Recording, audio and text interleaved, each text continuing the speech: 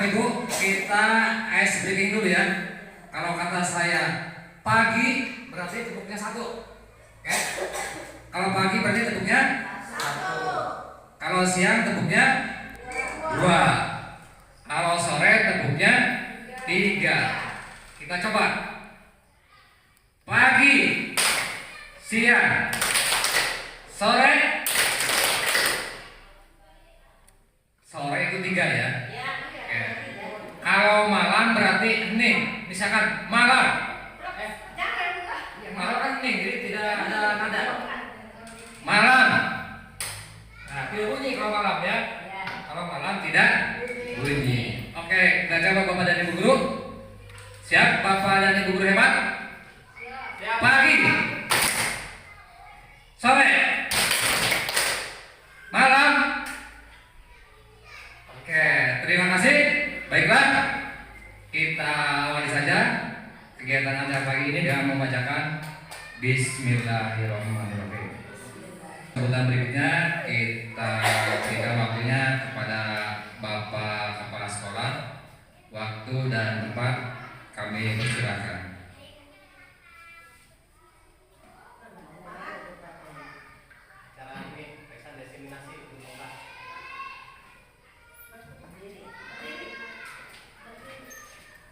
Duduk aja ya. Assalamualaikum warahmatullahi wabarakatuh. Alhamdulillah, syukurillah, wala haula wala quwwata illa billahil azim. Rabbi sholli sholli wa yassir amri wa hlul 'uqdatam min lisani yafqahu qawli. Yang terhormat pada Dewan Ibu yang saya hormati dan jangan lupa pada teman-teman yang saya hormati. Alhamdulillah, pada hari ini itu acara Pak Aris. Alhamdulillah, pada hari ini kita memberikan supaya semangat kepada Pak Aris. Tepuk tangan semuanya. Alhamdulillah, puji dan syukur kita panjatkan kehadirat Allah Subhanahu wa taala yang telah memberikan kita yaitu sehat jasmani dan sehat rohani.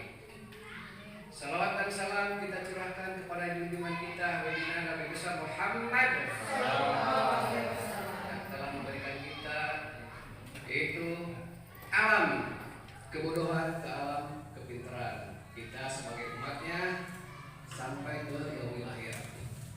Alhamdulillah, pada siang ini kita itu memberikan semangat kepada Pak Aris itu untuk ke depan, supaya ke depan Pak Aris maju dan sukses ya. Saya harapkan kepada Pak Aris mudah-mudahan ya terus maju ya sampai sekarang. Saya sebagai wakil kepala sekolah tidak cukup panjang lebar. Assalamualaikum warahmatullahi wabarakatuh.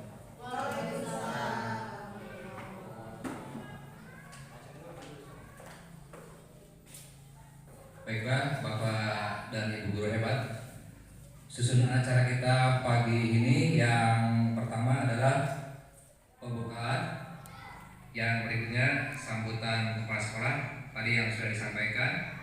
Berikutnya pemaparan materi, yang selanjutnya tanya jawab, dan yang keempat adalah penutup.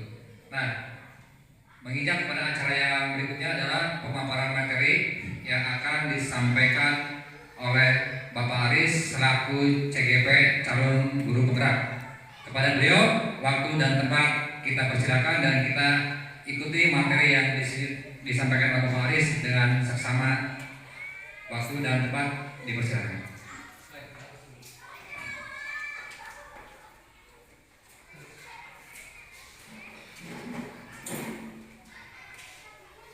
Mohon izin. Assalamualaikum warahmatullahi wabarakatuh.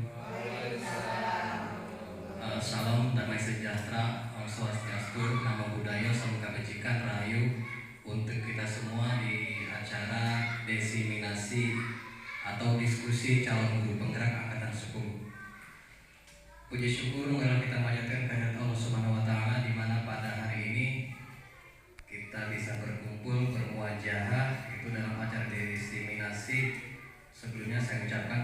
kasih kepada rekan-rekan guru SD Bojong 6 yang telah dengan ikhlas meluangkan waktunya pada acara kegiatan hari ini. Mudah-mudahan apa yang Bapak dan Ibu guru korbankan hari ini atas waktu dan segala sesuatunya dapat dibalas oleh Allah Subhanahu wa taala. Amin ya rabbal alamin. Salawat dan salam selalu terlimpah curah kepada junjungan Nabi besar kita Nabi Muhammad sallallahu alaihi wasallam beserta para keluarga, para sahabat, khususnya bagi kita selaku pengikut ajarannya. Mudah-mudahan kita semua mendapatkan syafaat uzmah di yaumil akhir. Amin amin ya rabbal alamin. Bapak Ibu yang saya hormati, di sini saya akan melaksanakan diseminasi yaitu tentang modul 1.4 budaya positif. Ini calon guru penggerak angkatan 10. Next. Baik, langsung saja ke materi. Ini ada pertanyaan pemantik. Jadi Bapak Ibu cukup menjawab setuju atau tidak setuju. Yang pertama, hukuman dapat mendisiplinkan anak. Setuju tidak? Ada yang setuju, ada yang tidak. Oke, lanjut. Ini tidak ada penilaian ya. Yang kedua, pemberian hukuman dengan hal positif seperti membaca atau membersihkan halaman sekolah dapat meningkatkan disiplin anak. Setuju. Yang ketiga, memberi penghargaan dapat meningkatkan motivasi anak dalam belajar. Setuju tidak? Setuju. Oke, next. Nanti jawabannya ada di akhir ya. Ini di eksplorasi konsep. Yang pertama, ini pembelajaran 1 tentang disiplin positif dan nilai-nilai kebajikan universal. Next. Nah, ini adalah disiplin positif. Disiplin positif ini teori kontrol atau teori pilihan dari Dr. William, di mana ini dijabarkan dalam disiplin positif itu ada teori motivasi, ada 5 posisi kontrol dan 5 kebutuhan dasar manusia. Di tabel di atas kita cek satu-satu. Dalam teori kontrol, Anda tidak bisa mengontrol orang lain, hanya Anda yang bisa mengontrol diri Anda. Nah, di bawahnya itu kan ada makna disiplin, yaitu belajar kontrol dari diri dengan menggali potensi kita agar tercapai tujuan mulia, yaitu sesuatu yang menjadi seseorang yang ingin berdasarkan nilai-nilai yang kita hargai. Dalam teori motivasi, yang pertama kita mengenal untuk menghindari hukuman, yang kedua untuk mendapatkan imbalan, yang ketiga untuk menghargai diri sendiri, termasuk nanti turunannya di bawah itu ada nilai-nilai kebajikan universal atau nilai secara keseluruhan, dan yang terakhir garis lurusnya yaitu sampai kepada keyakinan kelas. Nah, jadi ini adalah teori disiplin positif atau teori kontrol yang dikemukakan oleh Dr. William Glasser. Yang berikutnya, model berpikir menang-menang, terus kolaborasi dan konsensus menciptakan pilihan-pilihan baru. Di bawahnya itu ada 5 posisi kontrol. Yang pertama ada penghukum, yang kedua ada pembuat rasa bersalah, yang ketiga ada teman, yang keempat ada pemantau, yang kelima ada manajer. Di bawah turunannya itu ada segitiga restitusi, yaitu menstabilkan identitas, varietas kebutuhan, menanyakan keyakinan. Nah, segitiga restitusi ini perlu diketahui Bapak Ibu, ini sangat membantu dalam memecahkan permasalahan terhadap peserta didik atau murid kita. Yang pertama di situ ada istilah menstabilkan identitas, yang kedua ada validitas kebutuhan, dan ada menanyakan keyakinan. Yang menanyakan keyakinan inilah keyakinan kelas yang sudah dibentuk secara bersama-sama. Kemarin ini sudah saya praktekkan di kelas 6 dan alhamdulillah respon dari siswa itu sangat bagus ya, sangat positif dan ada solusinya. Nanti untuk segitiga restitusi ini nanti akan ada penyebaran di slide berikutnya. Yang terakhir itu realitas atau kebutuhan.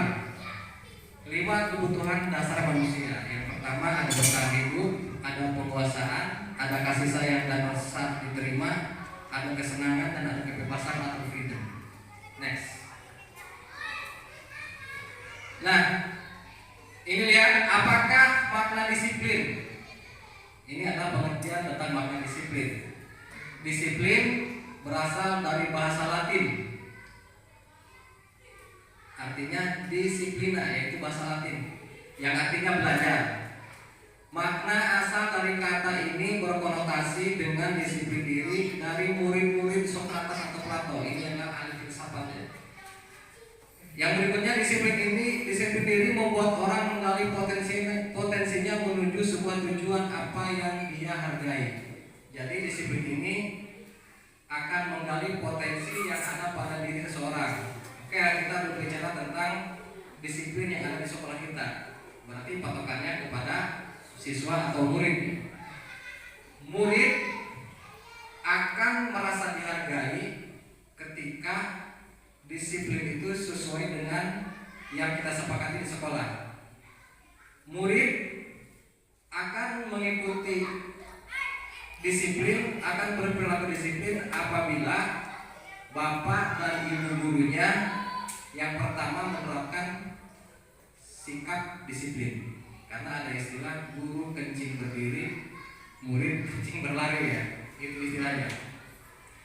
Nah, namun dalam budaya kita makna kata disiplin telah berubah menjadi sesuatu yang dilakukan seseorang pada orang lain untuk mendapatkan kepatuhan. Nah, jadi kecenderungan umum adalah menghubungkan kata disiplin dengan ketidaknyamanan, bukan dengan apa yang kita hargai atau pencapaian suatu tujuan mulia. Nilai kebajikan universal. Nilai kebajikan adalah sifat positif manusia yang merupakan tujuan mulia yang ingin dicapai setiap individu. Nilai-nilai tersebut bersifat universal dan lintas bahasa, suku bangsa, agama maupun latar belakang. Nilai universal artinya nilai keseluruhan yang ada di lingkungan kita. Kita tahu bahwa dalam keberagaman di sekolah itu murid, ya, terutama para murid. Murid itu memiliki bahasa yang berbeda. Oke lah, kita suku Sunda.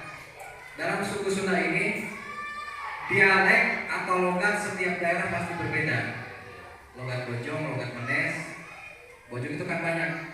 Kan dari segi ininya beda-beda, segi dialek, segi logatnya. Bahkan ada istilah-istilah yang dimiliki atau ciri khas daerah masing-masing. Seperti misalnya ada istilah orok Menes. Nah, Menes kan ada orok ya. Padahal itu merujuk kepada seseorang, bukan kepada bayi yang baru lahir.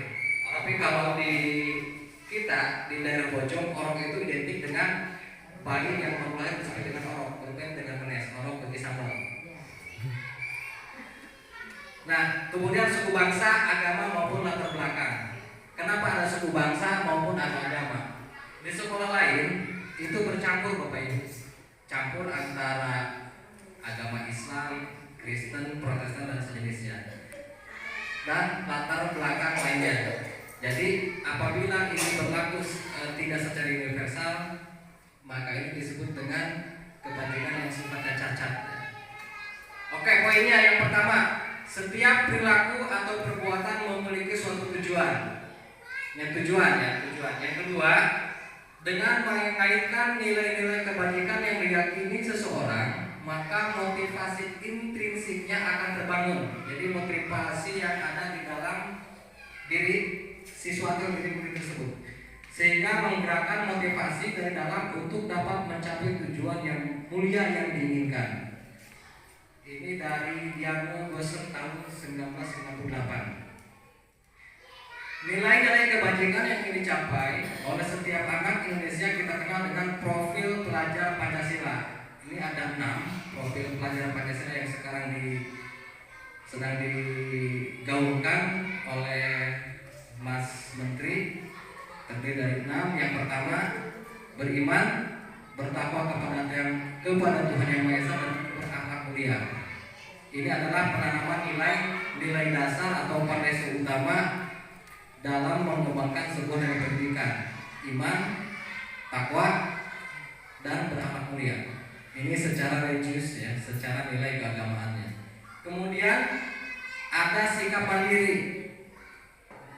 ada sikap bernalar kritis, berkebinekaan global, bergotong royong dan kreatif. Jadi keenam profil pelajar Pancasila yang sekarang digaungkan dan harus atau wajib diberlakukan di setiap satuan pendidikan. Oke, next. Exploring konsep yang berikutnya itu tentang pembelajaran dua, itu tentang teori motivasi, hukuman, dan penghargaan serta restitusi. Teori motivasi perilaku manusia tadi di awal sudah dijelaskan. Yang pertama ada motivasi eksternal. Kita ulas ya. Motivasi eksternal atau motivasi yang berasal dari luar untuk menghindari ketidaknyamanan atau hukuman. Yang kedua, untuk mendapatkan imbalan dari orang lain atau institusi apa yang saya dapatkan apabila saya melakukannya. Itu motivasi eksternal. Dan yang terakhir, motivasi internal, yaitu motivasi yang berasal dari diri kita tentang tujuan disiplin positif. Untuk menghargai diri sendiri, saya akan menjadi orang seperti apa bila saya melakukannya. Nah, ini adalah bapak kita, Bapak Pendidikan Nasional ya. Namanya itu Ki Hajar Dewantara. Jadi Ki Hajar Dewantara itu menyebut istilah merdeka itu artinya tidak hanya terlepas dari perintah, akan tetapi juga cakap membuat atau memerintah diri sendiri. Jadi pengendalian diri kita itu adalah tergantung apa yang akan kita lakukan dan tidak akan terpengaruh terhadap orang lain. Itu merdeka menurut Ki Hajar Dewantara. Ki Hajar Dewantara juga termasuk dalam pemikiran konsepsi keteladanan sikap merdeka. Nah, ini dalam buku cetakan kelima tahun 2013 halaman 469. Nah, perlu diketahui bahwa ini Ki Hajar Dewantara adalah salah satu pendiri Taman Siswa sebelum atau pra kemerdekaan. Jadi dulu saya cerita sedikit, sebelum kemerdekaan kita sudah ada pendidikan, tetapi pendidikan itu ada tingkatannya. Jadi hanya orang-orang yang dipercaya oleh kolonial Belanda untuk mengikuti pendidikan, sementara orang pribumi asli itu sama sekali tidak mengikuti pendidikan. Sehingga Ki Hajar Dewantara ini membentuk taman siswa, yaitu taman siswa, taman pendidikan yang dikhususkan untuk orang-orang pribumi.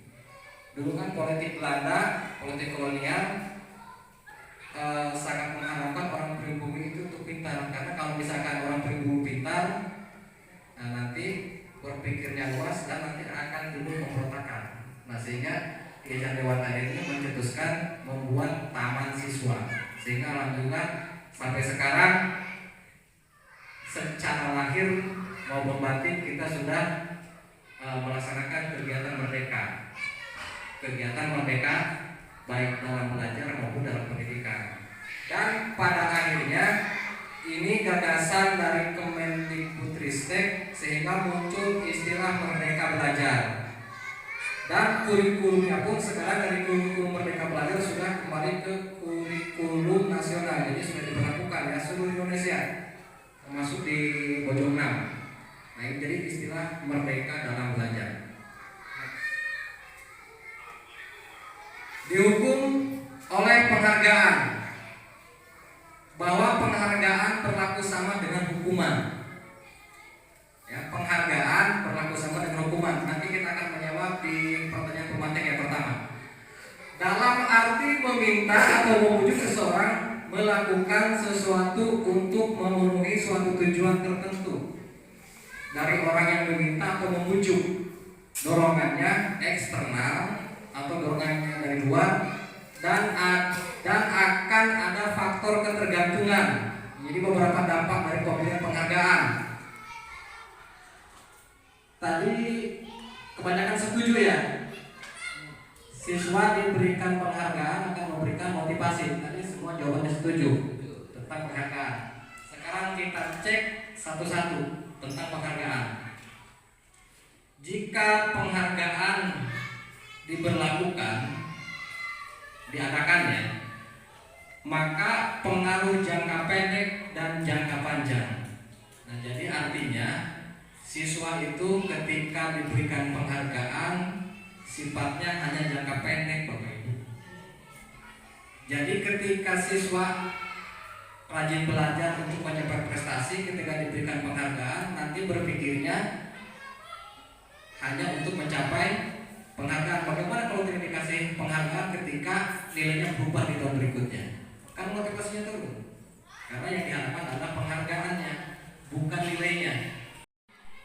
Jadi penghargaan sifatnya mengukur, artinya tadi ketika misalkan seseorang dalam satu kelas diberikan penghargaan, kemudian siswa yang lain ketika tidak diberikan penghargaan padahal diberikan perlakuan yang sama, nanti akan bersikap menjadi penghukum kepada orang yang tidak diberikan penghargaan. Atau nanti sebaliknya, ketika si A diberikan penghargaan kemudian di hari berikutnya berubah lagi, nah itu maka penghargaan akan menjadi sebuah hukuman. Yang ketiga, penghargaan mengurangi ketepatan. Jadi ketika diberikan penghargaan maka ketepatan itu akan berkurang. Yang keempat, penghargaan tidak efektif. Tadi sudah dijelaskan di atas. Yang terakhir, penghargaan merusak hubungan. Penghargaan merusak hubungan. Jadi semacam ada, kalau di kita ada istilah pilih kasih. Iya, ada pilih kasih. Kalau di istilah kita kan ada merusak hubungan antar pertemanan. Ada jarak ya. Si mah pintar, si mah bodoh misalkan kan. Kenapa sekarang di sekolah itu tidak ada peringkat? Betul tidak? Baik. Jadi sekarang perlu diketahui di sekolah itu tidak diperlakukan ranking 1, ranking 2, ranking 3. Jadi tidak ada istilah seperti itu. Jadi pendidikan adalah merdeka untuk dirinya sendiri. Jadi tidak ada ini ya, tidak ada peringkat. Kalau ada peringkat dari termasuk ini penghargaan yang berusaha hubungan. Padahal dia aktif, dia rajin, dikasih pembelajaran yang sama, materi yang sama, nilai yang sama, kadang-kadang ada nilai tambahan yang sifatnya kognitif yang tidak terlihat oleh guru kelasnya. Saya tahu ya, nanti ini termasuk adalah penghargaan akan merusak hubungan. Dihukum oleh penghargaan. Penghargaan menurunkan kualitas. Jadi kualitas ini akan berpengaruh terhadap penghargaan. Kualitasnya itu kualitas mengajar. Penghargaan mematikan kreativitas. Artinya ketika seseorang diberikan penghargaan, itu kan harapannya hanya ingin mendapatkan reward, hanya ingin mendapatkan penghargaan, tidak lebih dari itu. Kemudian penghargaan mengurangi motivasi intrinsik, jadi motivasi yang berasal dari dirinya. Next. Bentuk program kebajikan apresiasi. Perlu diingat beberapa hal. Yang pertama, beri pengakuan secara khusus. Yang kedua, beri pengakuan secara pribadi. Yang ketiga, beri pengakuan kepada semua murid atau bergantian. Beri pengakuan secara konsisten dan fokus pada proses. Nah, ini adalah contoh pengakuan atau apresiasi kebajikan. Ada kata pembuka, ada nilai kebajikan, dan ada situasi. Dalam kata pembuka, kalimatnya seperti ini. Kemarin saya perhatikan. Ini contoh pengakuan ya. Saya menghargai, terima kasih untuk. Itu kata pembuka. Kemudian dalam kebajikan, rasa empatimu besar sekali, kepedulianmu, rasa tanggung jawabmu. Yang terakhir adalah situasi. Pada saat menolong murid baru ya di kelas kita. Kemudian pada saat kamu membantu teman-temanmu di tugas kelompok, dan pada saat kamu memungut kertas-kertas yang berserakan di lantai. Oke, next. Nah, ini ada pertanyaan, silakan Bapak Ibu guru jawab ya. Nanti akan saya sebutkan. Apakah termasuk hukuman atau konsekuensi? mencatat 100 kali dalam buku kalimat, saya tidak akan terlambat lagi karena terlambat ke sekolah. Itu termasuk hukuman atau konsekuensi? Hukuman. Hukuman ya. Yang kedua, lari mengelilingi lapangan basket 2 kali karena terlambat hadir di sekolah. Hukuman atau konsekuensi? Hukuman. Mungkin hukuman 2 ya. Murid diminta untuk push up 15 kali karena tidak menggunakan masker ke sekolah. Hukuman atau konsekuensi? Konsekuensi. Nah, nanti akan dibahas ya. Ini hanya pertanyaan pembuka. Menggantikan kertas tugas teman yang akan dicoret-coret.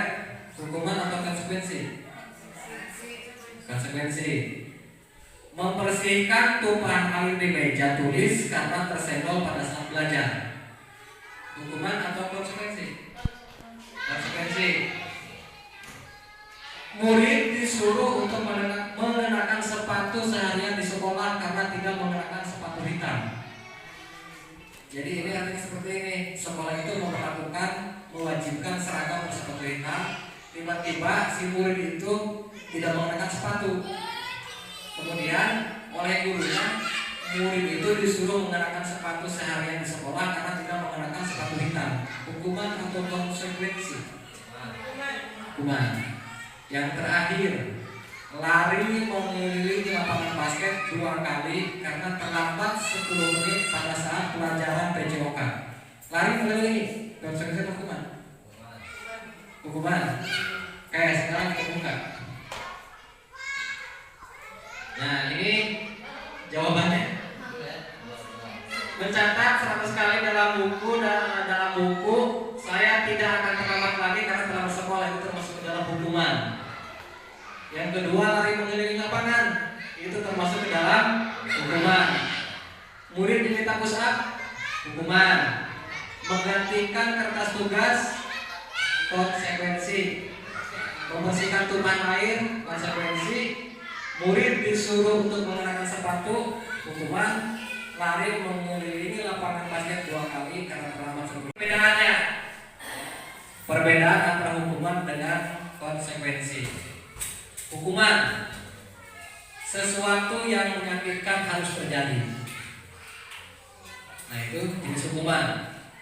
Yang kedua, membuat anak sakit, baik fisik maupun hati, untuk jangka waktu yang lama. Contohnya seperti ini. Tadi siswa dilarang memakai sepatu seharian, nyeker berarti ya, tidak memakai sepatu seharian karena tidak menggunakan seragam sepatu berwarna hitam. Nah, ini adalah sesuatu yang menyakiti anak, tidak itu? Kan? Itu sesuatu yang menyakiti anak. Karena itu sifatnya hukuman. Baik fisik maupun hati, pasti kan si anak itu akan merasa sakit hati maupun menanggung malu di hadapan teman-temannya. Ketika anak menanggung sakit dan menanggung rasa malu di depan teman-temannya maupun di guru yang lain, itu akan membekas, Bapak Ibu, akan membekas sampai kapanpun. Bahkan perlu diingat, saya pribadi ketika sekolah dulu ada guru yang galak. Ada guru yang galak, sampai sekarang masih teringat.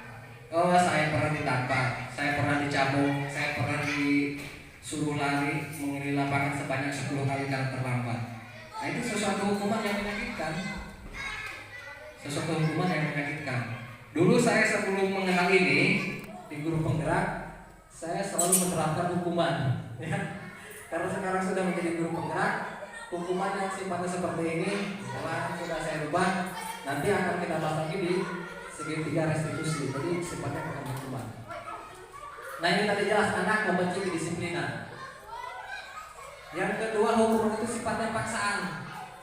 Jadi paksaan bukan pilihan dari siswa. Berarti kan siswa itu belum merdeka ketika ada paksaan. Yang berikutnya, mendorong anak menyakiti diri sendiri. Nah, anak kan ngelamun yang kena, secara psikis ya. Kemudian konsep diri yang buruk, anak belajar untuk menyembunyikan kesalahan, marah, merasa bersalah, dipertaruhkan, merasa tak dihargai. Ini adalah sifatnya hukuman.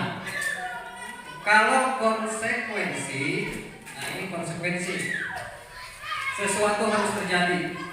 Yang kedua, membuat anak merasa tidak nyaman dalam jangka waktu yang pendek. Jadi kebalikan dari hukuman. Kalau hukuman itu sakit lama dalam sakit hati dalam jangka waktu yang lama, kalau konsekuensi hanya hari itu masalah, hari itu selesai.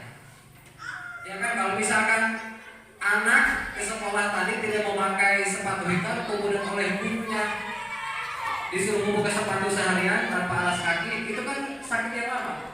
Tapi kalau misalkan konsekuensi, kita panggil dulu siswanya, ditanya dulu masalahnya apa, penyebabnya kenapa, kok sampai seperti ini. Itu kan konsekuensi. Jadi tidak langsung dihukum sifatnya yang berupa fisik. Nanti kan akan lama sakit hati maupun sakit secara fisik. Kalau konsekuensi, ketika siswa kita panggil, kita ngobrol, kita cari tahu permasalahannya, dan tidak membuat hukuman seperti yang tadi, maka anak itu merasa tidak nyaman hanya waktu kita panggil, hanya waktu kita kasih ngobrol. Jadi anak itu selesai.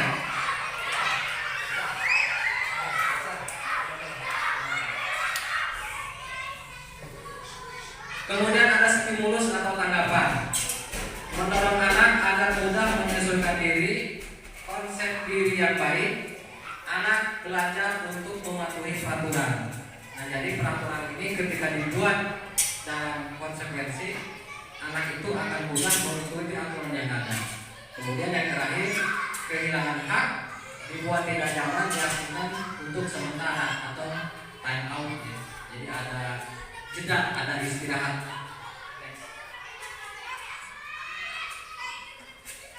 Nah, ini apa itu restitusi?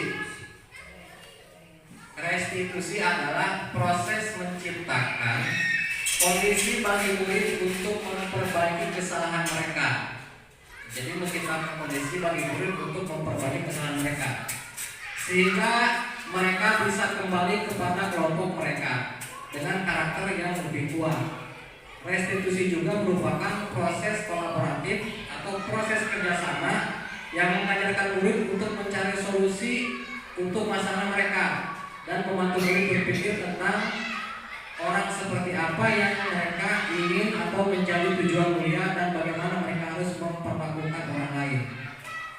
Nah, ini kembali ke hukuman. Sekarang saya juga mengenal segitiga restitusi. Jadi untuk memecahkan masalah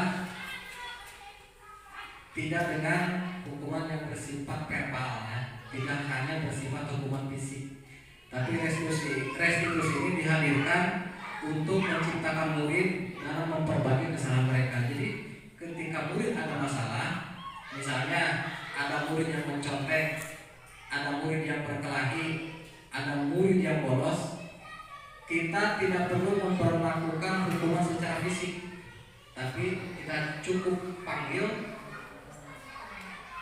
berbicara dengan baik-baik, kesalahannya apa, dan kita mengakui bahwa setiap orang pasti punya masalah, termasuk gurunya.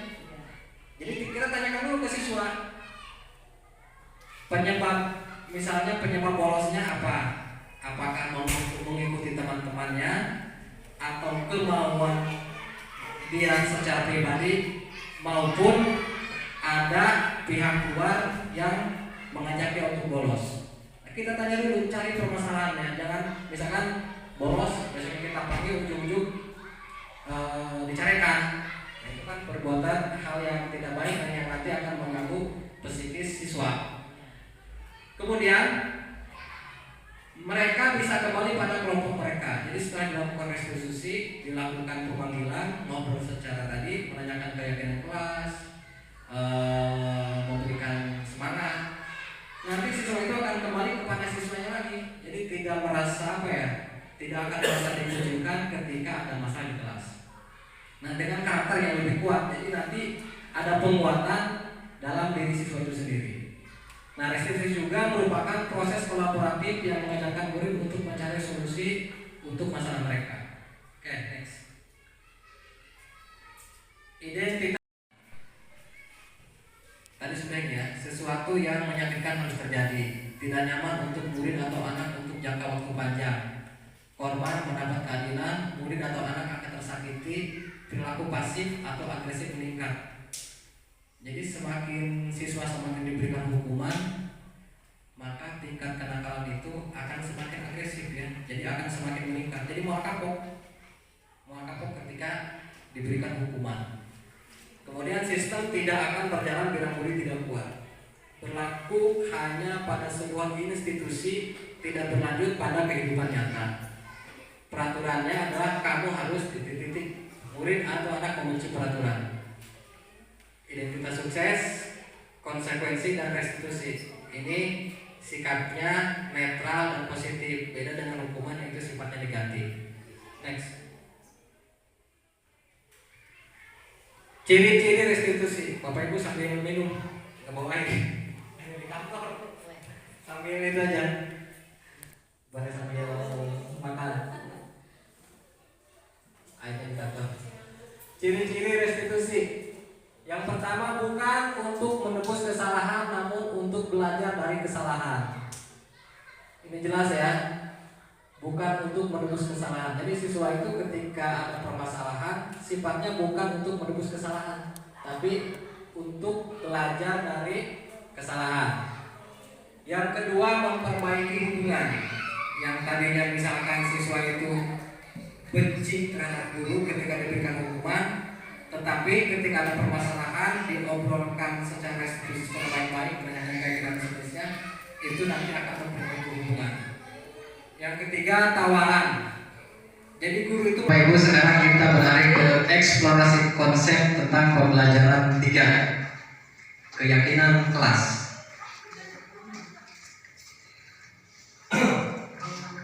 Mengapa tidak peraturan saja? Mengapa harus keyakinan kelas? Ini ada soal. Kita nanti bisa membedakan antara keyakinan dan peraturan. Mengapa kita memiliki peraturan harus menggunakan helm bila mengendarai kendaraan roda 2? Kenapa? Aja ya kira. Intinya kenapa saya beliau Menghindari kecelakaan atau takut sama polisi. Nah, ada dua ya. Ada dua karena ada istilah peraturan untuk dilanggar berkait dengan polisi. Saya ingat ada polisi di RSUD Banten, ada yang disapa sama polisi. Polisinya masih muda. Mengapa kita memiliki peraturan 3M, menggunakan masker, mencuci tangan, dan menjaga jarak 1,5 meter? Kenapa gitu? Kita menggunakan masker, mencuci tangan, dan menjaga jarak 1,5 meter. Menghindari kesehatan ya. Yang terakhir, mengapa kita memiliki peraturan harus datang tepat waktu pada saat mengikuti pelatihan? Apakah takut disanksi atau disiplin ya? Untuk mendukung motivasi intrinsik, kembali ke nilai-nilai atau keyakinan yang lebih menggerakkan seseorang dibandingkan mengikuti serangkaian peraturan-peraturan. Budaya positif, lingkungan positif, sudah, keyakinan kelas dan peraturan kelas. Kesepakatan kelas. Nah, next. Kegiatan pendalaman keyakinan kelas tabel T dan Y. Itu ada hormat, bekerja, diterima, dan dimiliki. Ini tabel T dan tabel Y ya. Terdengar, terlihat, berperilaku, hormat, bekerja. Nah, sekarang ada peraturan. Tadi ada peraturan, ada keyakinan. Sekarang kita kembali ke keyakinan kelas tadi karena bersifat umum. Selalu kembalikan buku pada tempatnya. Itu adalah bentuk tanggung jawab. Dilarang mengganggu orang lain. menghormati orang lain. Nah, ini kan peraturan.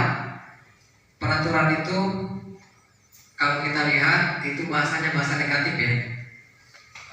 Negatif. Kalau keyakinan kelas itu sifatnya positif.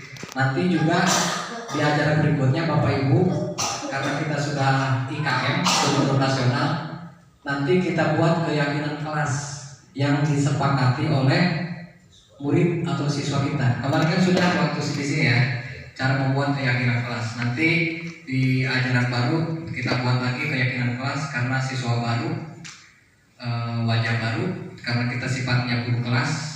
Jadi kelas 1, kelas 2, kelas 3 ya. Berbeda dengan tingkatan SMP yang istilahnya Anda bilang study. Dalam peraturan, hadir di sekolah 15 menit sebelum pembelajaran dimulai. Nah, ini sifatnya peraturan. Kalau dalam keyakinan kelas, sifatnya itu menghormati orang lain atau berkomitmen. Dilarang melakukan kekerasan. Dalam keyakinan kelas, itu ada keselamatan, menghormati orang lain. Dilarang menggunakan narkoba. Nah, itu termasuk ke dalam kesehatan. Bergantian atau menunggu giliran, antri ya, menghormati orang lain dan bersabar. Tadi menggunakan masker termasuk kesehatan dan keselamatan. Jangan berlari di kelas atau koridor. Nah, itu termasuk ke dalam keselamatan dan keamanan. Nanti ini keyakinan kelas akan kita bentuk di kelas kita masing-masing. Nanti di acara baru kita tawarkan dulu kepada siswa apa yang mesti keyakinan kelas kita sepakati. Ketika nanti keyakinan kelas dilanggar oleh murid kita, ada berapa? 1, 2, 3, 4, 5, 6, 7, 8. Ada 8 keyakinan kelas. Nanti boleh ditambahkan ketika ada siswa yang melanggar, tinggal kita nanti panggil siswanya, kita lakukan segitiga restitusi, yaitu memvalidasi, menstabilkan. Jadi tidak bersifat hukuman. Hukuman identik dengan peraturan, keyakinan kelas identik dengan restitusi. Next. Eksplorasi konsep yang berikutnya yaitu pembelajaran 4 tentang kebutuhan dasar manusia dan dunia berkualitas. Ini secara umum ya, secara umum. Kebutuhan dasar manusia adalah sesuatu yang kita lakukan untuk mendapatkan apa yang kita inginkan. Seluruh tindakan yang kita lakukan memiliki tujuan tertentu, dan semua usaha terbaik yang kita lakukan adalah dalam rangka agar kebutuhan dasar kita terpenuhi dengan baik. Jadi kebutuhan dasar ini adalah memiliki tujuan apa yang akan kita lakukan. Jadi tidak semata-mata kita butuh tapi tidak ada tujuan. Jadi kebutuhan dasar intinya harus memiliki tujuan tertentu. Misalnya Pak Iksan butuh makan. Apa tujuannya Pak Iksan? Butuh untuk makan. Tujuannya selain tidak lapar, termasuk ke dalam menjaga kesehatan ya. 4 sehat, 5 sempurna, 6 subur. Itu kebutuhan dasar manusia kan, kebutuhan makan. Makan juga termasuk kebutuhan. Termasuk kebutuhan psikologi, kebutuhan untuk berpikir. Ada lagi kebutuhan psikologis maupun secara umum ada kebutuhan biologis. Nah, itu nanti hal lain yang bisa dijelaskan. Ada kebutuhan apa? Oke, lanjut. Ini kebutuhan dasar manusia. Yang pertama, bertahan hidup. Hidup harus bertahan. Jelas, kebutuhan utama manusia itu untuk bertahan hidup. Bertahan tapi tetap hidup. Yaitu sifatnya ada makanan, ada pakaian, tempat tinggal, keamanan dan kesehatan. Sandang, pangan, papan ya istilahnya. Kemudian yang kedua, kasih sayang dan rasa memiliki. Bentuknya itu rasa diterima, rasa dipedulikan, ada rasa berbagi, ada kerjasama dan menjadi bagian dari kelompok. Kita membayangkan bagaimana kalau misalkan kasih sayang dan rasa memiliki dalam lingkungan kelompok itu tuh dikucilkan. Kita merasa ada perasaan yang tidak diterima oleh kelompok lain ketika dikucilkan, tidak diberikan kasih sayang. Yang kedua, kita tidak merasa dipedulikan. Kemudian kita tidak memiliki rasa berbakti dan tidak memiliki rasa bekerja sama. Nah, itu sifatnya kasih sayang dan rasa memiliki. Yang ketiga, penguasaan. Itu ada harga diri, keinginan untuk dianggap, memimpin, berprestasi, diakui dan didengar. Yang keempat, ada kebebasan, yaitu mandiri, memiliki pilihan, mencoba hal yang baru, dan mengendalikan arah dirinya. Yang terakhir, kesenangan, kebutuhan dasarnya bermain, humor, antusiasme, atau tertawa. Nah, tertawa juga termasuk ke dalam kesenangan. Jadi orang yang tidak tertawa berarti orang yang tidak senang, Tidak baik-baik saja. tidak baik-baik saja ya. Kemudian yang berikutnya, kebutuhan dasar manusia. Ini tadi sudah dijelaskan, ada kasih sayang, itu gambarnya gambar lope ya, ini kan kasih sayang lope. Semangat. Ada lope, asal lopenya jangan dikasih panah. Kalau dikasih panah atau lope bergambar retak, berarti seseorang yang mencerminkan senang berada dalam kondisi hati yang terbuka. Ada kesenangan, itu ada gambar balon ya, kesenangan. Kemudian ada penguasaan, itu gambar bintang, itu bintang. Kebebasan, kupu-kupu. Jadi kupu-kupu ini dengan terbang, bebas. Nah, makanya kalau misalkan bapak ibu punya burung di rumah, lepaskan saja burung ya. Iya, karena sebetulnya kebutuhan dasar manusia dengan hewan itu sama, karena sama-sama makhluk ciptaan Tuhan. Kenapa sampai sekarang saya tidak memelihara burung? Karena saya merasa saya juga perlu kebebasan, dan burung juga perlu kebebasan. Oke, lanjut. 5 posisi kontrol di pembelajaran kelima. Di banyak nih ya. Ini yang kita rasakan. Manajemen itu sama, manajemen rumah tangga sama, manajemen rumah tangga, manajemen sekolah, manajemen perusahaan itu sifatnya sama. Dalam rumah tangga juga ada pemimpin, ada yang dipimpin. Sama dengan sekolah, ada pimpinan, ada rekan sejawat, ada bawahan, termasuk di perusahaan ya, ada bos besar atau direktur, ada bawahan, dan ada teman sejawat atau rekan sesama kerja. Manajemennya sama, tapi sekarang kita berbicara lebih spesifik, yaitu tentang manajemen yang ada di sekolah. Ada identitas gagal, itu kontrol dari luar, itu menghindari hukuman. Ada yang disebut dengan penghukum, itu sifatnya menghakim, menunjuk-nunjuk atau menyakiti dan menyindir, itu disebut dengan identitas gagal. Jadi sifatnya penghukum itu menunjuk ya, menunjuk ke salah seseorang. Soal itu mereka tidak ada ampun, soal itu ponis rasa bersalah yang ditujukan kepada seseorang. Nanti itu kan akan timbul rasa sakit hati, tidak hanya berlaku hari itu, tapi akan seterusnya. Kemudian ada guru berkata dalam penghukum, kalau kamu tidak melakukannya, awas ya, rasakan ini. Nah, ketika ada guru berbicara seperti itu termasuk ke dalam kontrol dari luar yang termasuk dengan identitas gagal. Jadi Bapak Ibu, kita hindari bahasa-bahasa seperti itu. Yang kedua, yang ketiga, memberontak atau menyalahkan orang lain dan berbohong. Nah, ini hal yang paling universal sebetulnya. Kalau kita berbicara tentang kebohongan atau pemberontakan terhadap sikap menyalahkan orang lain.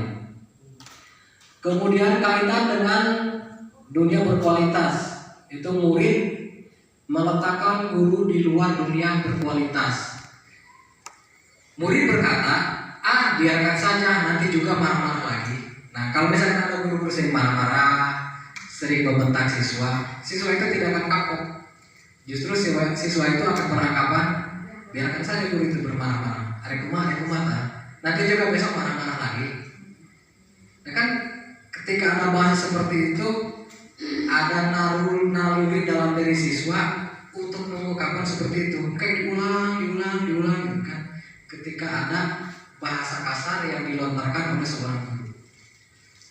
Artinya, ketika ada murid ribut di kelas atau di luar kelas, kita wajib menegur, tetapi dengan bahasa yang halus. Jadi jangan berdiam diri, apalagi misalkan kalau di kelas ada siswa ribut, posisi kita diam. Bagaimana perasaan UAS?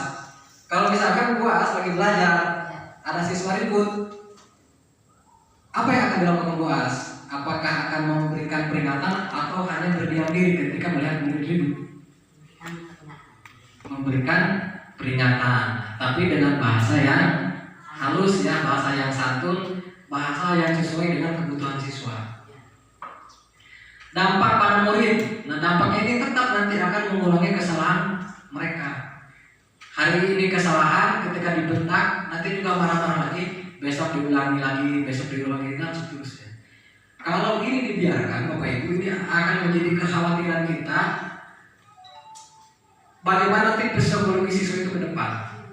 Karena sekolah yang paling dasar itu adalah di sekolah dasar atau di SD.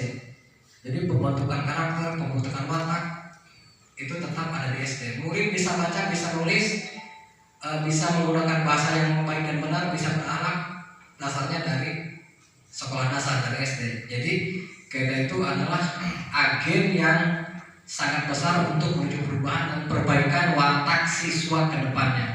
Oleh karena itu ada istilah dengan profil pelajar Pancasila, berakhlak, beriman kepada Tuhan Yang Maha Esa.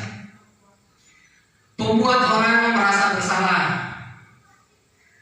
Ini termasuk identitas gagal. Berceramah dan mengatakan seharusnya ibu kecewa, ibu sarangsut misalkan, bapak sarangsut ngadul mana gituan baik. Itu adalah identitas gagal. Karena kata seperti itu mulai sekarang kita hindari. Kamu seharusnya, kamu sudah tahu ibu lelah sekali mengatakannya, ibu stres. Jadi kita belajar berbahagia. Bapak Ibu perlu diketahui, guru adalah manusia biasa, pasti punya masalah di rumah, dengan keluarga, dengan teman sejawat, dengan pimpinan, dengan masyarakat. Tapi jangan sekali-kali kita itu ketika punya masalah dibawa pada saat kita mengajar. Jadi kontra emosi. Jadi perjuangan guru sangat luar biasa memendam emosi dan perasaan. Apalagi misalkan tos pasien di imam, di bangka sekolah dan siswa. Ya, nanti kan murid yang menjadi sasaran, menyembunyikan atau menyangkal berbohong, Nah, jadi kita itu dituntut untuk menggali siswa untuk belajar bersikap jujur. Murid meletakkan guru di dalam dunia berkualitas. Maafkan saya, merasa rendah diri. Nah, itu identitas gagal. Nah, sekarang identitas berhasil atau sukses menjadi kontrol dari luar, mengharapkan imbalan atau ketergantungan pada orang lain. Ini ada disebut dengan teman, ada disebut dengan pemantau. Teman biasanya membuatkan alasan-alasan untuk muridnya. Dan pemantaunya yaitu menghitung dan mengukur. Kemudian ada guru berkata, ini identitas sukses ya, yang tadinya bahasanya negatif diperhalus menjadi positif. Ayolah lakukan demi ibu. Masa kamu tidak mau? Ingat, tidak ibu pernah bantu. Apa itu ya? Tidak ibu pernah bantu. Nah, jadi ada pengharapan ya. Kemudian ada sifat ketergantungan. Murid meletakkan guru sebagai orang yang sangat penting di dunia berkualitas. Jadi murid itu kita berikan apresiasi, kita berikan bahasa yang santun, bahasa yang beretika, sehingga mereka merasa hidup itu berkualitas. Jadi mulai istilah murid itu pundung. Kalau murid di sekolah, besok di sekolah kita panggil, kita cari kanan, murid itu pasti akan pundung, pasti akan kapok ke sekolah. Saya pikir Bapak Ibu teman saya ternyata begitu identitas. Nah, jadi kita juga membandingkan apa yang kita alami pasti dialami oleh siswa. Karena orang yang berbuat salah itu sifatnya manusiawi, cukup dimaafkan. Lemah, tidak mandiri dan tergantung. Pemantau, kemudian ada manajer. Manajer ini kalau kita di sekolah berarti, kalau kita di kelas berarti manajernya adalah guru ya. Kalau di sekolah berarti kepala sekolah manajernya. Mengajukan pertanyaan-pertanyaan. Nah, jadi sebagai seorang guru ketika ada permasalahan dengan siswa yang bermasalah, kita buat pertanyaan-pertanyaan alasan kenapa seperti ini, kenapa seperti itu. Kemudian apa yang kita yakini, apa yang bisa kau kerjakan untuk memperbaiki masalah ini, kita tawarkan kepada siswa. Apa yang mesti mereka perbaiki. Kalau misalkan siswa lagi berantem, ini yang sering terjadi, atau ada membuli, ngeledek, nah itu yang perlu kita yakini. Ditanya kepada siswa. Kemudian ada penguatan pribadi. Nah, Pak next. Ini pernyataan. Saya kecewa sekali dengan kamu. Itu membuat orang merasa bersalah. Kamu tidak pernah benar melakukannya, itu penghukum. Ayo lakukan demi ibu atau bapak, itu teman. Apa yang kamu dapatkan stiker bintang hari ini? Stiker ya ada. Itu pemantau. Kalau manajer, kamu bisa menyelesaikan masalah ini. Kalau penghukum, kamu selalu yang paling terakhir. Bergerak antara next. Yang terakhir itu segitiga restitusi. Ini segitiga restitusi, segitiga biru ya, seperti apa ini? Terigu, bukan terigu ya. Ini segitiga restitusi, ada merah, ada biru. Kalau terigu itu cukup warna biru. Dan next. Dalam segitiga restitusi, untuk membuat anak merasa gagal karena berbuat salah menjadi positif terhadap dirinya. Sesuatu yang salah, sesuatu yang terjadi identik akan menjadi negatif. Tapi dalam segitiga restitusi, anak yang membuat salah itu bagaimana caranya supaya menjadi positif terhadap diri siswa. Yang pertama, menstabilkan identitas. Murid kita panggil ketika ada permasalahan, misalkan bolos atau berkelahi, kita panggil si murid tersebut dengan bahasa seperti ini dalam menstabilkan identitas. Berbuat salah itu hal yang manusiawi. Tidak ada manusia yang sempurna. Bapak atau ibu juga buat salah. Kita pasti bisa menyelesaikan permasalahan ini. Bapak ibu tidak tertarik untuk mencari tahu siapa yang benar, siapa yang salah. Lebih tertarik untuk menyelesaikan masalah. Kalau kamu menyalahkan dirimu sendiri terus-menerus, apakah kamu bersikap baik pada dirimu sendiri? Jadi kita mengajarkan kepada murid kita bagaimana mencari solusi itu dengan tidak menyalahkan diri sendiri. Oke, next. Itu dari menstabilkan identitas. Kemudian memvalidasi kebutuhan, itu membantu murid menjadi basic need atau kebutuhan dasar yang ingin dipenuhinya ketika melakukan kesalahan itu. Pada dasarnya setiap tindakan manusia tujuannya adalah memenuhi kebutuhan atau basic needs. Apakah itu power, kekuatan, freedom atau kebebasan, love atau kasih sayang, fun atau bahagia, serta survival. Dalam validasi kebutuhan ini, guru berkata kepada murid, ini murid yang bermasalah ya, kita bisa menggunakan bahasa seperti ini. Kamu bisa saja kan melakukan hal yang lebih buruk tapi kamu tidak melakukannya kan? Jadi ditanya ulang. Kemudian kamu pasti punya alasan melakukannya. Entah itu tadi alasannya kalau misalkan bolos diajak oleh muridnya, atau oleh teman-temannya, atau oleh dia sendiri, atau ada yang mempengaruhinya, atau mereka tidak betah di kelas karena pelajaran terlalu sulit, atau guru tidak bisa menyampaikan pelajaran secara maksimal, dan atau guru tidak memiliki inovasi dalam mengajar supaya lebih menarik di kelas. Nah, jadi ketika siswa bolos itu, kita jangan menyalahkan siswa dulu ya, tapi tanya dulu diri kita, apakah selama di kelas kita mengajar sudah membuat inovasi, sudah membuat pembelajaran yang menarik, sudah membuat atau menggali minat siswa, atau sejenisnya yang berkaitan dengan kepribadian guru di kelas. Jadi kita jangan langsung memvonis bahwa kamu itu bolos karena kamu ini, tapi kita tanya dulu apa alasannya. Apa yang penting bagi kamu? Kamu boleh tetap berusaha menjaga sikap itu, tapi tambahkan sikap yang lain yang baru. Maukah kamu belajar cara lain untuk pendapat yang kamu butuhkan tanpa harus memukul? Apakah kamu bisa melakukan dengan lebih baik esok lagi? Next. Nah, ini yang menanyakan keyakinan. Anak melihat kesalahan dihubungkan dengan norma sosial dan nilai-nilai yang mendasari manusia berinteraksi dengan orang lain. Guru berkata, ini yang terakhir nih yang menanyakan keyakinan.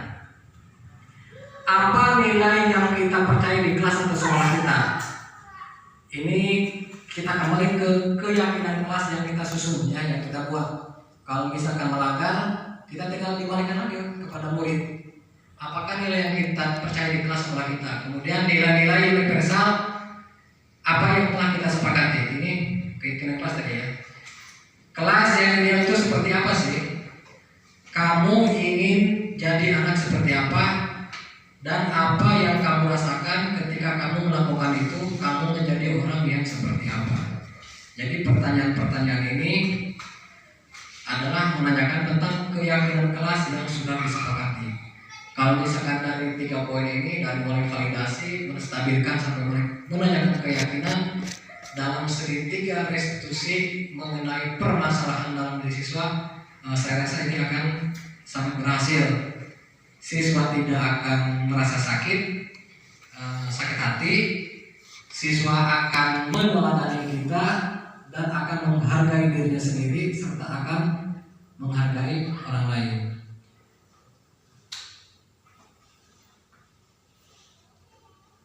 Sekian dan terima kasih. Bapak Ibu silakan yang mau bertanya untuk sesi tanya jawab. Baiklah Bapak Ibu, apabila ada hal-hal yang ingin disampaikan terkait pemaparan yang disampaikan tadi oleh 25 Pak Aris, silakan kita berdiskusi saja, santai saja Bu ya. Karena materi yang disampaikan Pak Aris tadi sangat relevan dengan situasi saat ini, terutama bagi kita yang akan melaksanakan kegiatan kenaikan kelas. Terkait reward ya, reward kenaikan kelas yang tadi dalam paparannya Pak Aris mengatakan tentang penghargaan. Nah, kita sebagai guru kelas nanti harus rata pada kelas ya, tidak boleh dibeda-bedakan. Berarti nanti kita kalau mau ngasih reward ke siswa, semuanya harus mendapatkan. Kalau misalkan siswanya 20 gurunya harus dapat. Tidak boleh misalkan kita ambil 1 sampai 5 misalkan yang mendapatkan. Kalau lihat paparan tadi yang tadi disampaikan Pak Aris, setiap anak mendapatkan perlakuan yang sama, ya. Jadi nanti kita guru kelas harus menyiapkan reward kenaikan kelas sejumlah siswa. Contoh kelas saya misalkan 11, saya harus menyiapkan reward 11. Rewardnya misalkan kita budgetnya nggak usah mahal, sederhana tapi berkesan buat siswa ya. Saya juga sudah menyiapkan untuk kelas saya sebanyak 11 ya. sudah saya siapkan dengan kata-kata, misalkan saya siapkan kalimatnya siswa paling rajin, saya kasih reward nanti ya, gitu aja nanti. Siswa paling sabar misalnya siapa gitu. Jadi semuanya kebagian gitu ya.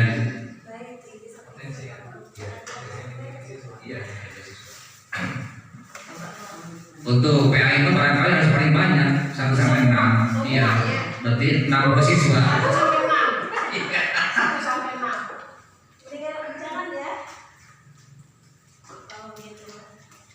Karena sekarang mah bukan saatnya lagi Bapak Ibu kita guru mengharapkan kado dari siswa. Sekarang kebalikannya. Kalau kita lihat di media sosial, saya kemarin buka untuk tahun ajaran baru, guru katanya menerima kado laptop Pancasila gitu ya.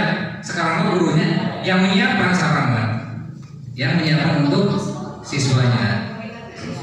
Iya, betul.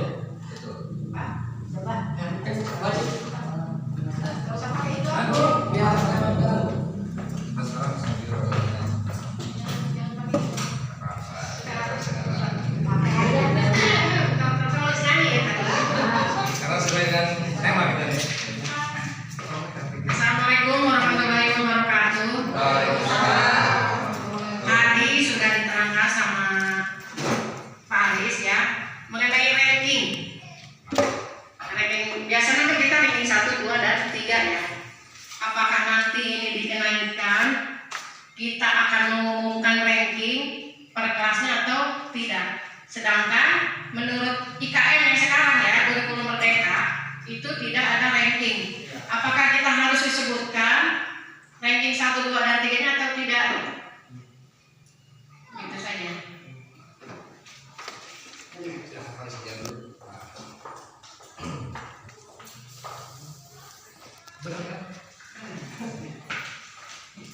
Baik, terima kasih kepada Ibu Haji Mimin yang telah memberikan pertanyaannya. Jawabannya singkat, jangan disebutkan karena tadi Tapi tidak ada penghargaan. tidak ada penghargaan. Tapi kalau misalkan kita mau memberikan piagam, sifatnya jangan peringkat Bu, sesuai dengan berprestasi aja. Sesuai yang kata Bapak Kepala itu ya? Iya, Yang antusias. yang antusias. Nah, itu kan setiap siswa atau setiap murid punya potensinya masing-masing. Contoh, siswa tidak menguasai pelajaran IPA.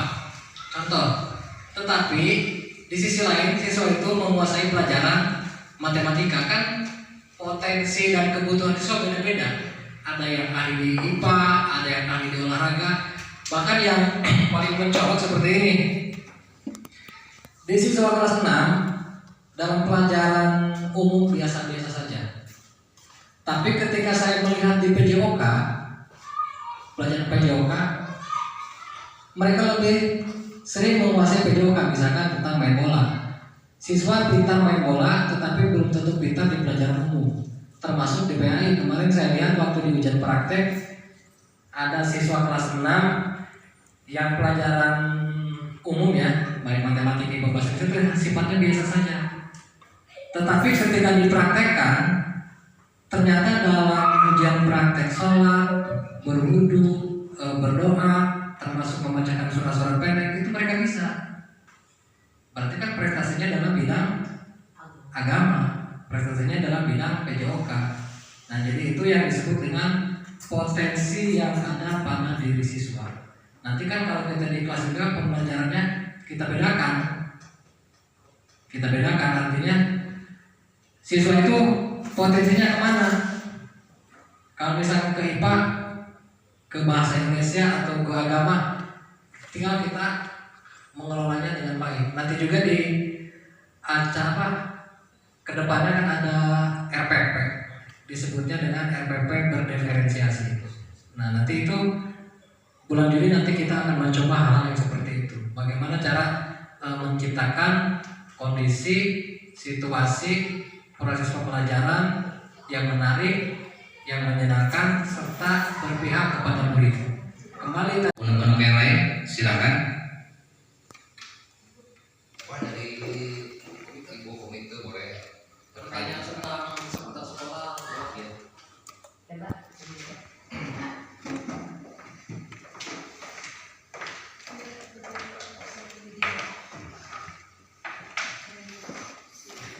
Assalamualaikum warahmatullahi wabarakatuh. Terima kasih saya ucapkan kepada Pak Aris ya. Saya juga sebagai guru kelas 2 insya Allah ya, untuk istilahnya memberikan apa itu apresiasi untuk siswa yang berjumlah 15 orang. Tepuk tangan.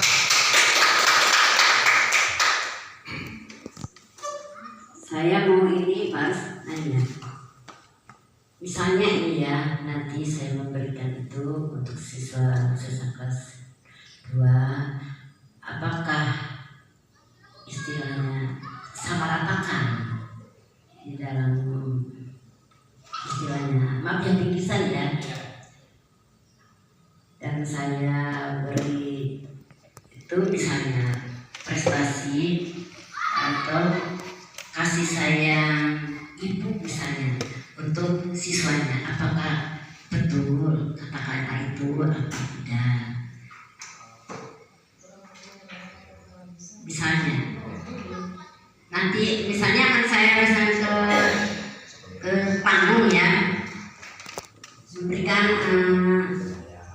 prestasi misal untuk siswa, apakah di dalam bingkisannya itu sama rata saja? Misalnya jangan dibedakan, tapi kan menurut guru kelas tahu ya yang berprestasi atau tidak, sekarang tidak menggunakan ranking ya. Apakah samakan saja? Apakah untuk siswa yang khusus itu rahasia guru ya, apakah dibedakan? Apakah samakan semua yang siswa yang sekarang itu? Bagaimana minta pendapatnya ya sebelum nanti waktu hari haknya. Terima kasih. Baik, terima kasih. Ini sama dengan tadi yang aku bilang sebetulnya. Ya. Bingkisan, kalau misalkan mau memberikan bingkisan boleh sama, tidak apa-apa sama. Tapi kalau misalkan mau diberi tulisan, tidak apa-apa, asal bentuknya jangan angka, Bu. Misalkan murid memiliki apa namanya? Siswa paling penyayang. Misalkan Itu itunya apa di tulisannya? Kalau misalkan mau diberikan piagam itu ya? Iya. Bukan piagam. Tulisan. Bingkisan. Oh, di souvenir.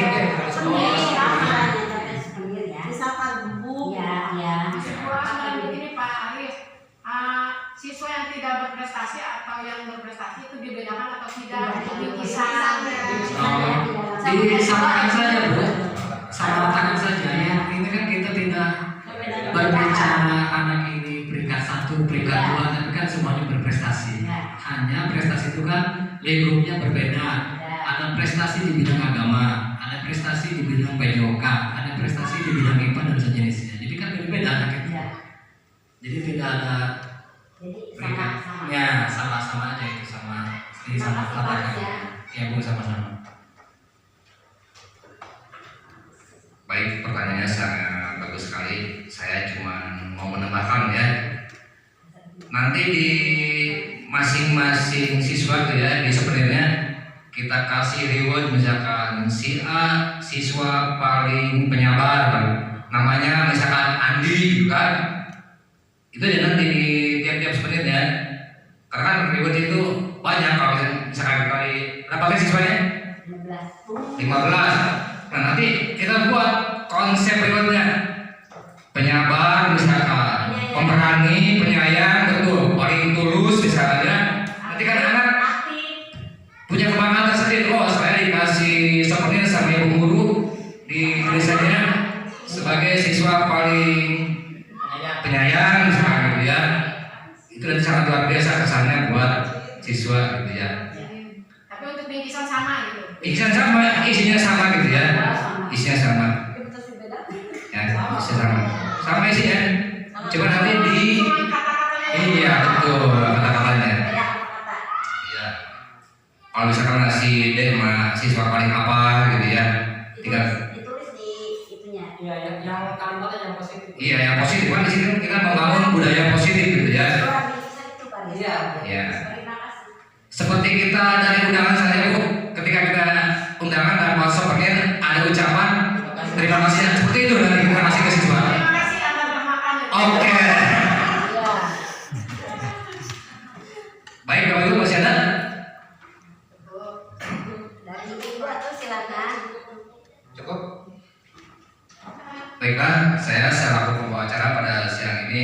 apabila ada kesalahan khilafan mohon dimaafkan. Untuk itu kita tutup acara siang ini dengan membacakan alhamdulillah. Wassalamualaikum warahmatullahi wabarakatuh. Di bawah ini adalah langkah-langkah segitiga restitusi. 1. Menstabilkan identitas. 2. Validasi tindakan yang salah. Dan yang ketiga, menanyakan keyakinan. Berdasarkan pengertian segitiga restitusi di atas, maka di sini saya akan menayangkan skenario kasus 1, yaitu pada kegiatan murid mencontek saat sumatif akhir semester. Assalamualaikum Pak. Waalaikumsalam. Dah, duduk Firda. Nah, Firda tahu kenapa Bapak panggil ke sini?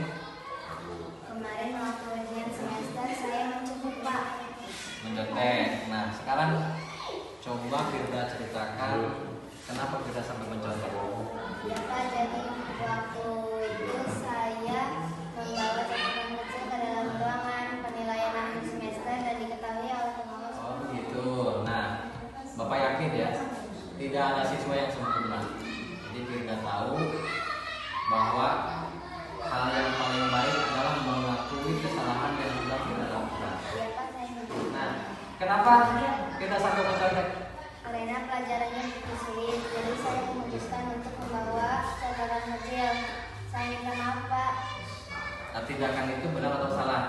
Salah Pak, saya tidak jujur dan dalam mengerjakan penilaian akhir Soalnya semester. apa yang akan dilakukan satu jam berlangsung? Saya akan belajar lebih sering Pak dan bertanya kepada guru apabila saya belum paham tentang materi pembelajaran. Bagus ya, jadi Bapak Ibu guru pasti akan senang hati membantu Firda dan teman-teman Firda dalam pelaksanaan ujian ya, Terima karena kasih Pak. ya karena ujian itu adalah ujian akhir semester yang menentukan nanti lulus atau tidaknya di kelas 6. Ya udah, sekarang mulai istirahat.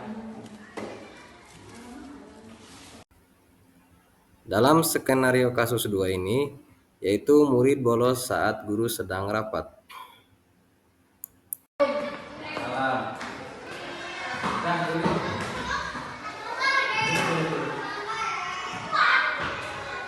Bapak mendapat laporan bahwa kemarin katanya murid saat rapat dan di guru rapat katanya bolos ya. Iya Pak, Lalu murid pergi kemana saja waktu kemarin bolos? saya pergi ke salah kelas Pak. Baik. Setiap orang murid ya pasti pernah melakukan kesalahan. Coba boleh dipikirkan pergi ke rentelan PS itu manfaatnya berapa? Ada Pak. Lalu kalau tidak ada membolos yang dilakukan kemarin itu benar atau salah? Salah Pak, saya sudah mengatakan aturan dan membuat lomba dan informasi. Kenapa perlu membolos? Ada yang ngajak? Siapa yang mengajaknya? Teman-teman. Nah, jadi ceritanya Gulin dan teman-teman itu kompak ya.